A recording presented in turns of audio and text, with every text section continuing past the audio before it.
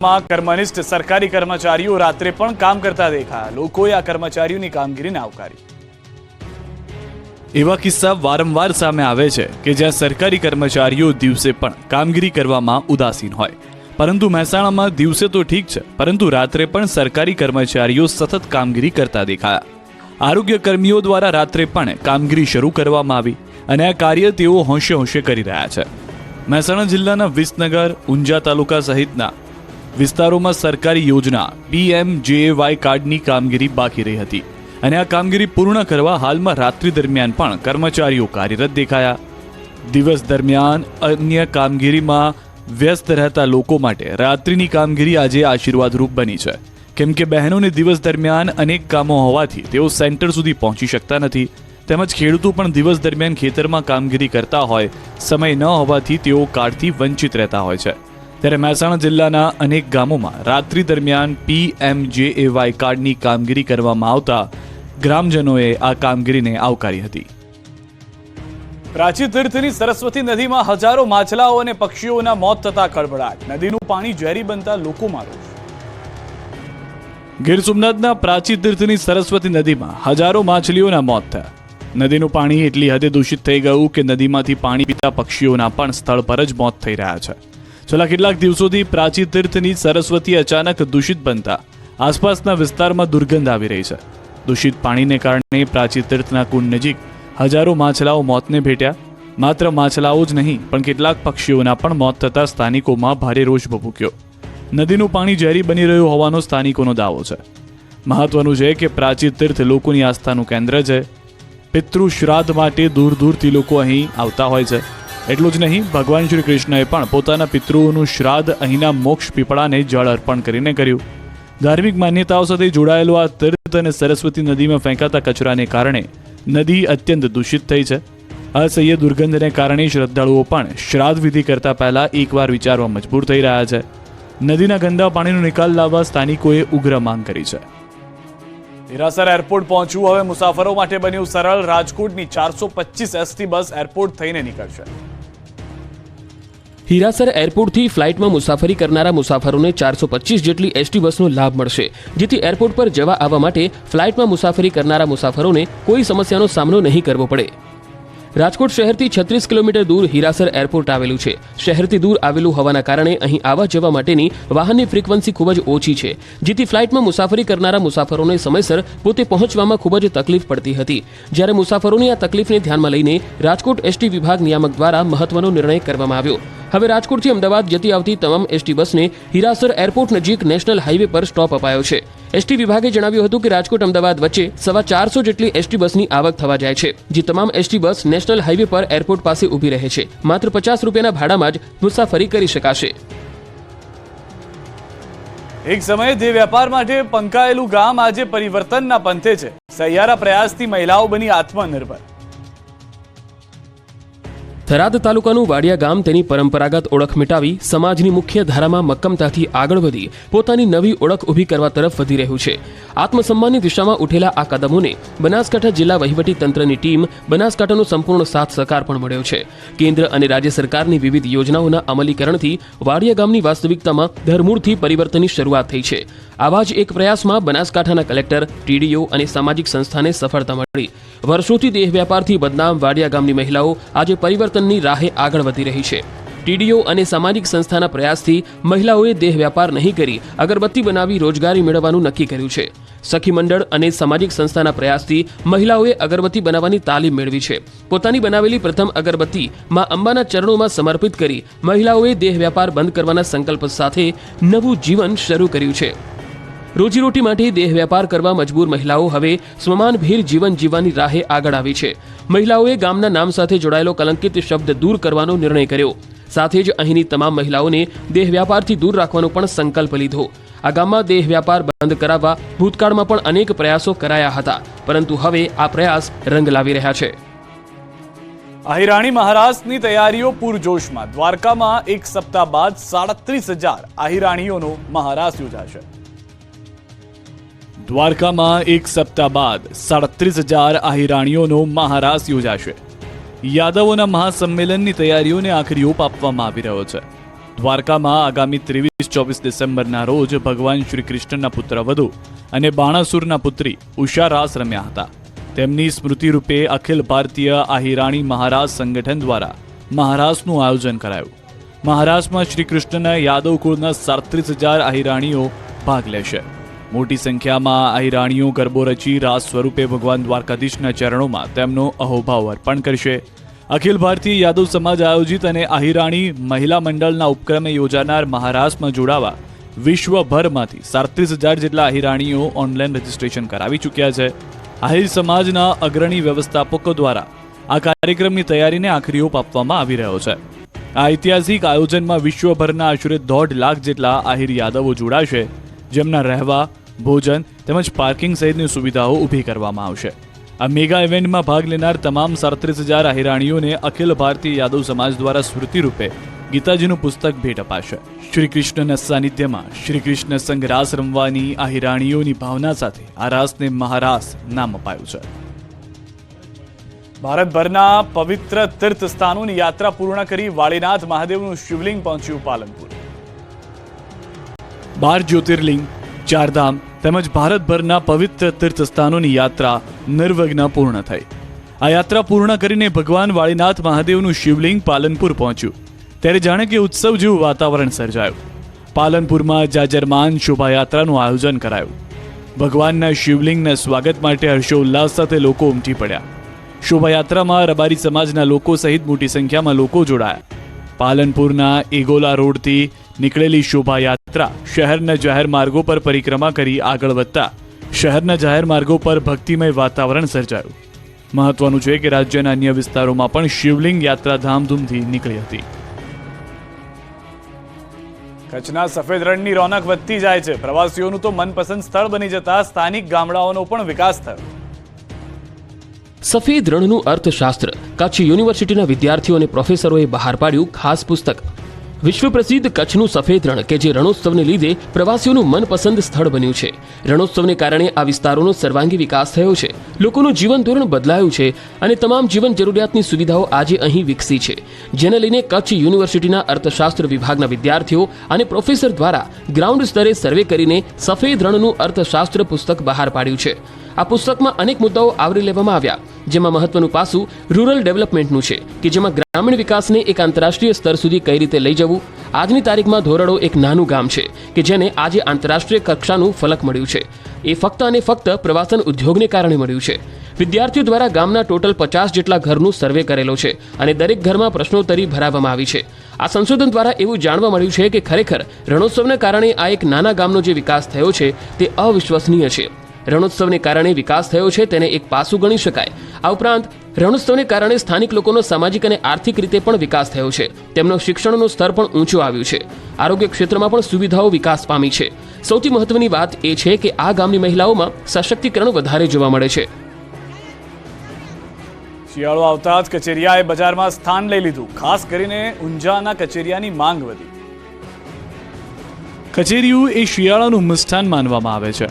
શિયાળાની કડકડતી ઠંડીની શરૂઆત થતાં જ કચેરિયું બજારમાં પોતાનું આગવું સ્થાન મેળવી લે છે.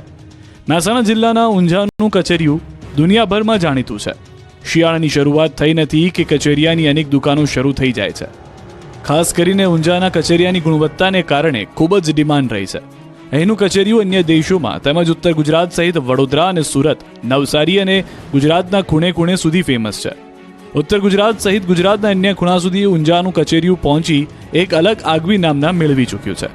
ગુજરાતના ખૂણે ખૂણેથી લોકો ઊંઝાનું કચેરિયું મેળવી અનેરો સ્વાદનો ચસ્કો મેળવી રહ્યા છે. ઊંઝાના કચેરિયાએ ગુજરાતના ખૂણે ખૂણે આગવી ઓળખ ઊભી કરી, જેથી મહેસાણા જિલ્લા બહાર તેને એક્સપોર્ટ કરવામાં આવી રહ્યું છે. આ વખતે પણ શિયાળો શરૂ થતાં જ ઊંઝાની બજારોમાં કચેરિયાની દુકાનો ધમધમી ઉઠી. આ કચેરિયું બનાવવા ગોળ અને તલની યોગ્ય માત્રામાં એકત્રિત કરી તૈયાર કરવામાં આવે છે અને પછી તેમાં ડ્રાયફ્રૂટ તેમજ ગરમ તેજાના ઉમેરવામાં આવે છે. બનાસકાંઠાના ધાનેરામાં 500 વર્ષ જૂના હનુમાન મંદિરના જીર્ણોદ્ધાર બાદ પુનઃ પ્રાણ પ્રતિષ્ઠા મહોત્સવ પૂર્ણ. 3 દિવસમાં લાખો લોકોએ લીધો ભાગ. બનાસકાંઠાના ધાનેરામાં 500 વર્ષ જૂના હનુમાનજી મંદિરના જીર્ણોદ્ધાર બાદ પુનઃ પ્રાણ પ્રતિષ્ઠા મહોત્સવની ભવ્ય ઉજવણી કરવામાં આવી હતી. પ્રાણ પ્રતિષ્ઠા મહોત્સવના ત્રિદિવસીય કાર્યક્રમ દરમિયાન ધાનેરા નગર હનુમાનજીની ભક્તિના રંગમાં રંગાયું હતું. 3 દિવસ સુધી વિવિધ કાર્યક્રમ થતા ગામમાં ભક્તિનો માહોલ છવાઈ ગયો હતો. મહોત્સવના પ્રથમ દિવસે હવનની શરૂઆત થઈ હતી અને જળ યાત્રા યોજાઈ હતી, જેમાં મોટી સંખ્યામાં બહેનોએ ભાગ લીધો. આ મહોત્સવને લઈ સમગ્ર ધાનેરા શહેરને લાઇટિંગથી શણગારવામાં આવ્યું, તેમજ સમગ્ર ધાનેરા શહેરમાં ભક્તિમય માહોલ જામ્યો છે. 3000 જેટલી બહેનોએ શ્રીરામના નામની મહેંદી લગાવી હતી. સમગ્ર શહેરમાં બાઇક રેલીનું પણ આયોજન કરાયું. આખા ગામમાં જળ યાત્રા નીકળી ત્યારે અદ્ભુત દ્રશ્યો જોવા મળ્યા. ડીજેના તાલે ભક્તો ઝૂમી ઉઠ્યા હતા. આખું ગામ જાણે હનુમાનજીની ભક્તિમાં લીન બની ગયું. તો બીજા દિવસે હનુમાનજીની ભવ્ય શોભાયાત્રા નીકળી, જેમાં અનેક સાધુ સંતો હાજર રહ્યા હતા. ઉપરાંત હજારોની સંખ્યામાં લોકો પણ જોડાયા. 10 રથ સહિત 30 થી વધુ ટ્રેક્ટરો આ શોભાયાત્રામાં જોડાયા. આ શોભાયાત્રા 2 કિલોમીટરથી વધુ લાંબી નીકળી હતી. હેલિકોપ્ટરથી શોભાયાત્રામાં પુષ્પ વર્ષા કરવામાં આવી. મંદિરની શોભાયાત્રામાં મુસ્લિમ સમુદાયના લોકો પણ ઉત્સાહભેર જોડાયા હતા. સમગ્ર ધાનેરામાં જય જય શ્રી રામના નારા ગુંજી ઉઠ્યા. પક્ષી પ્રેમીઓ માટે ખુશખબર, નળ સરોવર થોળ અભયારણ્યમાં અફઘાનિસ્તાન પાકિસ્તાનથી આવ્યા પક્ષીઓ. અમદાવાદની પાસે આવેલા નળ સરોવર અને થોળમાં વિદેશી પક્ષીઓનું આગમન શરૂ થઈ ગયું છે. ઠંડીના ચમકારાની વચ્ચે મોટી સંખ્યામાં અહીં વિદેશી પક્ષીઓ આવી રહ્યા છે. સામાન્ય રીતે 15 નવેમ્બરથી 15 ફેબ્રુઆરીના સમયમાં નવા વિદેશી પક્ષીઓની અવરજવર હોય છે, પરંતુ આ વખતે ઠંડી મોડી શરૂ થતાં વિદેશી પક્ષીઓનું આગમન મોડું થયું છે. મહેસાણા જિલ્લાના કડી પાસે આવેલા થોળ પક્ષી અભયારણ્યના આ વર્ષે 40,000થી વધુ પક્ષીઓ આવી પહોંચ્યા છે, જેમાં કુંજ, ગડેરો, રાજહંસની સાથે ગાજહંસની સંખ્યામાં વધારો થયો છે. વન વિભાગના અધિકારીઓના જણાવ્યા મુજબ રાજહંસ નામના પક્ષીઓ કઝાકિસ્તાન, અફઘાનિસ્તાન, પાકિસ્તાન અને હિમાલય એવરેસ્ટ શિખર સર કરીને આવ્યા છે. થોળ પક્ષી અભયારણ્યમાં દર વર્ષે 70થી વધુ પ્રજાતિના વિદેશી પક્ષીઓનું આગમન થાય છે.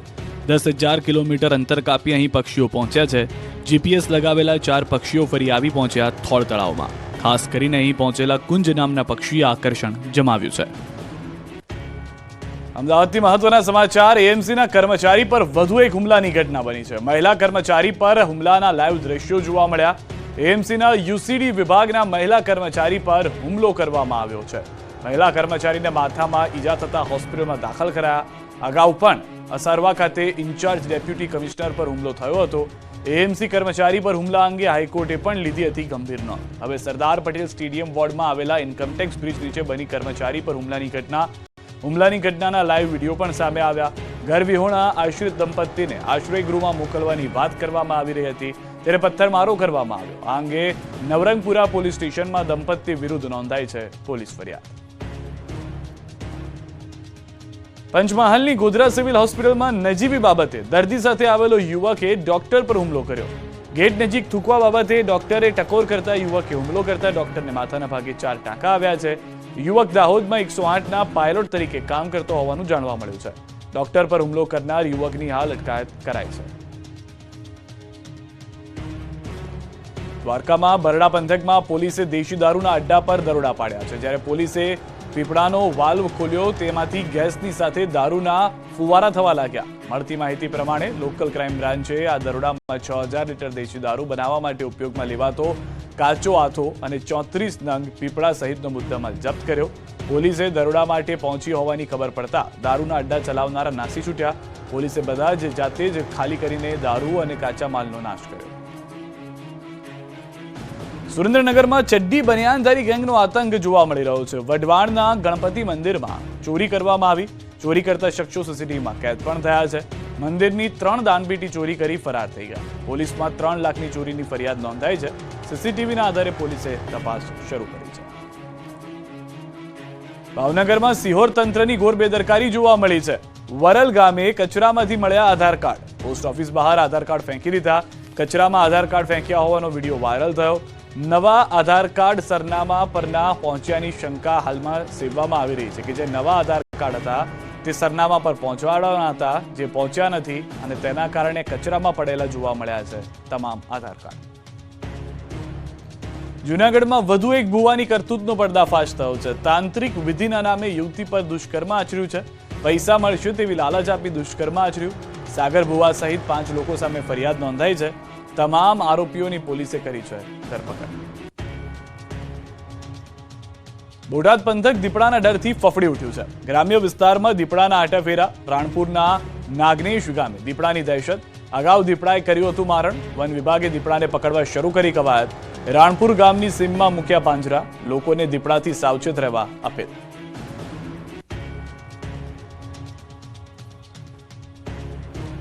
સાવરકુંડલામાં એપીએમસી અને વેપારીઓ વચ્ચેનો વિવાદ ઉગ્ર બની રહ્યો છે. એપીએમસીએ વેપારીઓ ખરીદેલો માલ યાર્ડની બહાર લઈ જવા પર મનાઈ ફરમાવી છે, જેને લઈને વેપારી મંડળે એપીએમસીના ચેરમેનને રજૂઆત કરી છે.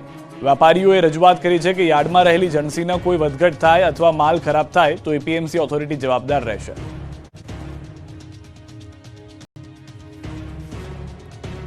આપણું ગુજરાતમાં અત્યારે બસ આટલું. દેશ પ્રદેશની તમામ ખબરો માટે આપ જોડાયેલા રહો ગુજરાતની number 1 news channel news 18 Gujarati સાથે.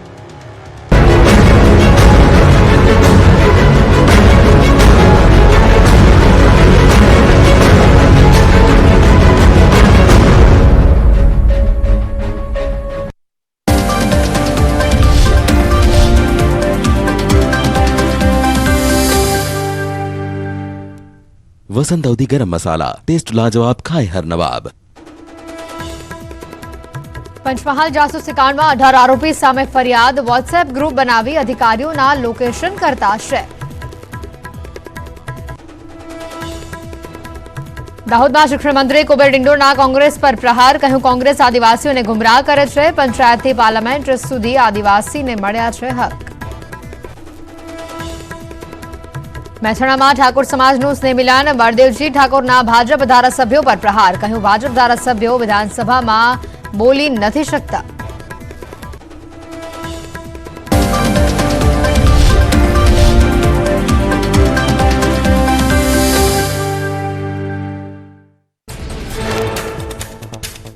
રાજ્યમાં 2 થી 3 ડિગ્રી સુધી ઠંડીનો પારો ગગડશે. હાડ થીચવતી ઠંડીની હવામાન વિભાગે કરી આગાહી. રાજ્યમાં સવારથી કાતિલ ઠંડીનો ચમકારો. વહેલી સવારથી પવન સાથે ઠંડીનો અહેસાસ થશે. ઉત્તરાયણ આસપાસ વાતાવરણમાં આવશે પલટો. હવામાન નિષ્ણાત અંબાલાલ પટેલની આગાહી. 14-15 જાન્યુઆરીએ વાદળછાયું વાતાવરણ રહેશે. 15 જાન્યુઆરી મધરાતથી પવનનું જોર વધશે. 16-17 જાન્યુઆરીએ પવનનું જોર વધુ રહેશે. 5-6 જાન્યુઆરીએ પણ હવામાનમાં આવશે પલટો. 11 જાન્યુઆરીએ ઠંડીનો ચમકારો વધવા લાગશે. જાન્યુઆરી મહિનામાં વેસ્ટર્ન ડિસ્ટર્બન્સ આવતા રહેશે. અંબાલાલ પટેલે અનુમાન વ્યક્ત કર્યું. દ્વારકામાં ધરતીપુત્રોએ શિયાળુ પાકમાં ઓછા પિયતમાં થતા પાકોનું વાવેતર કર્યું. જીરું, ધાણા અને ઘઉંનું મોટા પ્રમાણમાં કરાયું વાવેતર. દ્વારકામાં કુલ 1,62,000 હેક્ટરમાં શિયાળુ પાકનું વાવેતર કરાયું.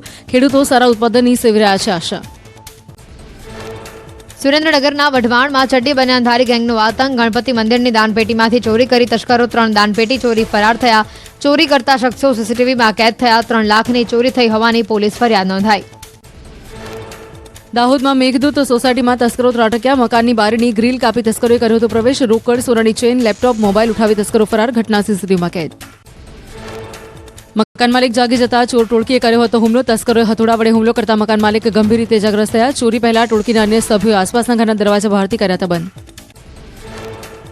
મહેસાણાના ઊંઝામાં એક રાતમાં 5 જેટલી દુકાનોના તાળા તૂટ્યા. પ્રતાપ ચેમ્બરની દુકાનના શટર તોડી તસ્કરો ત્રાટક્યા હતા. તસ્કરોએ વેપારીની ચેકબુક, પાસબુક પણ રસ્તા પર ફેંક્યા. તસ્કરો સીસીટીવીમાં કેદ. અમદાવાદમાં એમટીએસના કંડક્ટરે ચાલુ ફરજ દરમિયાન માણી ચાની ચુસ્કી. નિકોલ વિસ્તારમાં મુસાફરો ભરેલી બસને રોકી કંડક્ટરે ચા પીધી. ઘટનાનો વિડીયો થયો વાયરલ. બસના મુસાફરે વિડીયો ઉતાર્યો હોવાનું અનુમાન.